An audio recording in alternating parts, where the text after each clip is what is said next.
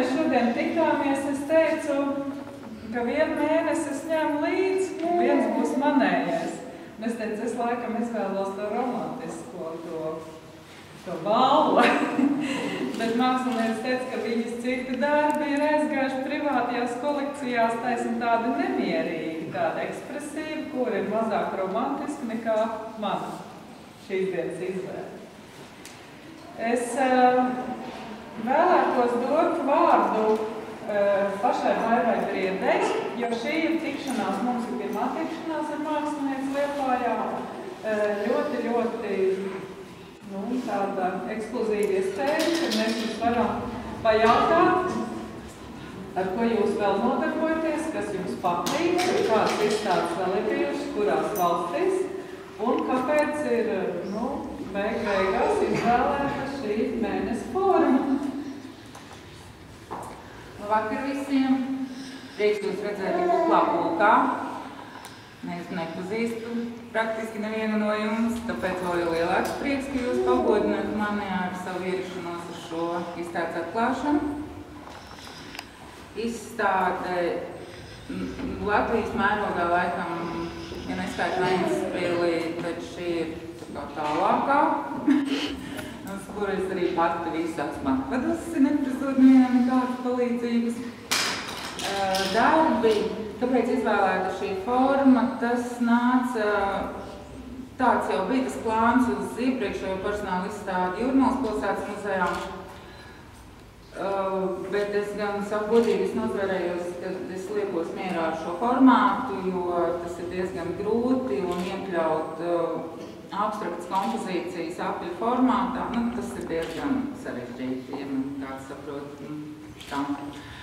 Bet Simona neatrada, piedāvāja, teica, ka būtu pagodināti, ja es izstādītos pie jums. Un tā kā liela daļa no darbiem jau ir Itālijā, Ņujorkā, Krievijā, no tā mētera darbiem, tad to, ko es varēju vēl dabūt atpakaļ, kas ir Latvijā, to es jums atvedu, bet tie visi, kas ir datēti ar 17. gadu, tie ir visi tapuši šai izstādē, un principā arī nekur nav publicēti vēl joprojām. Tā kā nav internetā, neviens nav redzējis, tā kā jūs esat pirmi. Tā par apļu formu es teicu, par darbiem teicu. Jums personāla izstādes vēl ir bijušas? Personāla izstādes, ir arī mājaslapa, tur ir informācija, vienīgi kaut kāds pēdējās, laikam 3 es neesmu tur ierakstījusi.